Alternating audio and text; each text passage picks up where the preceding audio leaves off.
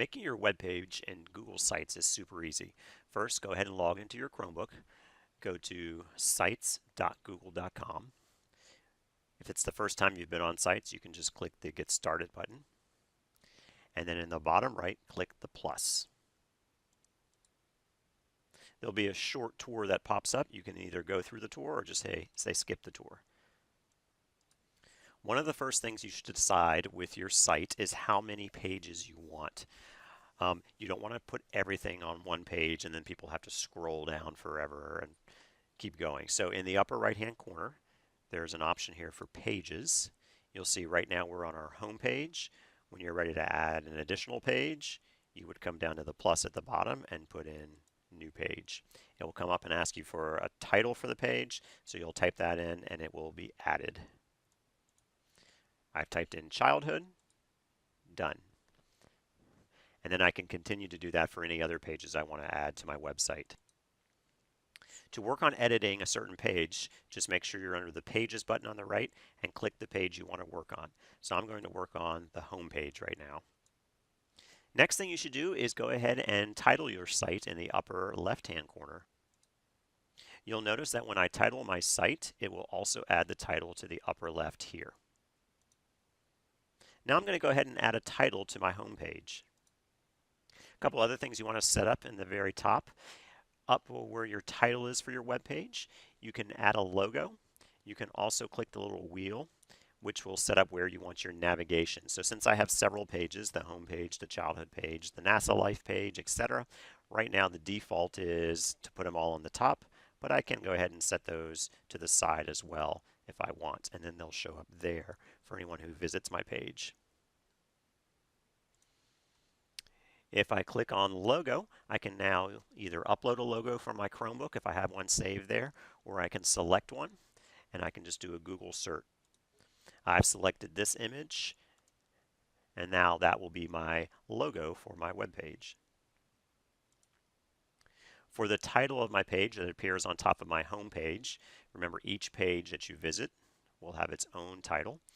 But back to my home page, all these banners can be changed by clicking on header type, which will give you a couple of different options, or you can also go in and change the image. So if I don't want this gray diamond background, I can go here and select an image. And again, it will give me a chance to do one of the images they already have, or I can do a Google search.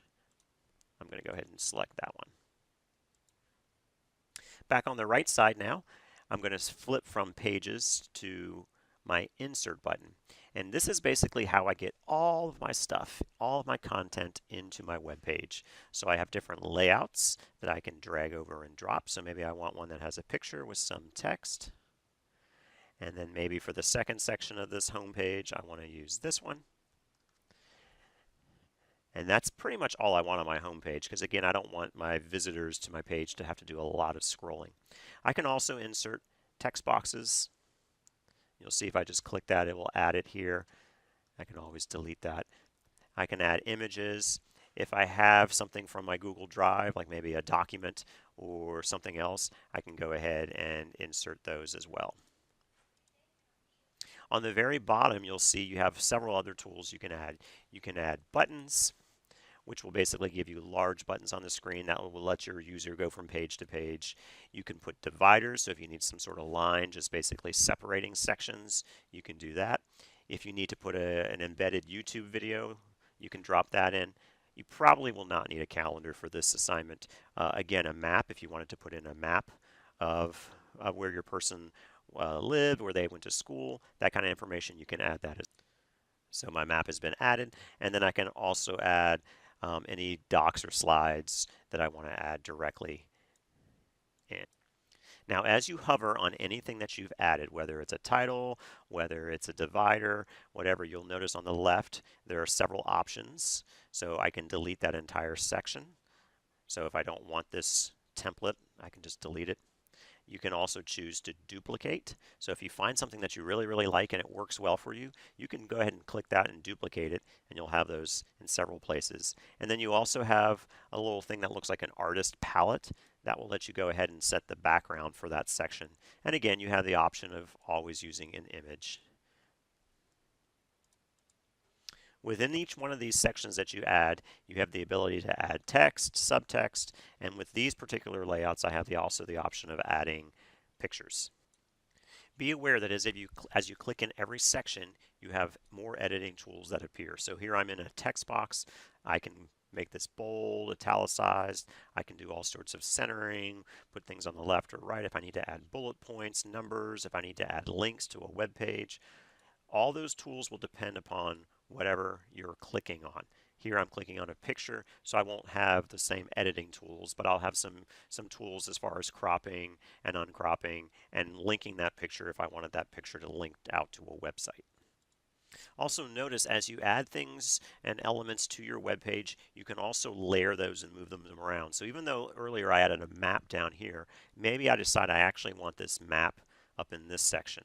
I can just click it and move it up there, and it will drop right in. So basically you'll follow the same process for each page. So I would go back to my pages, I would flip to my next page, and again I would just go back to that insert, start by choosing a template or any other element that I want in the page. If you want to change any of your themes, there are a couple of built-in themes where Google has kind of decided for you what looks really good as far as colors. So I'm on just this simple theme here, and I can go ahead and pick a different theme. When I choose those themes, that will affect all of my pages.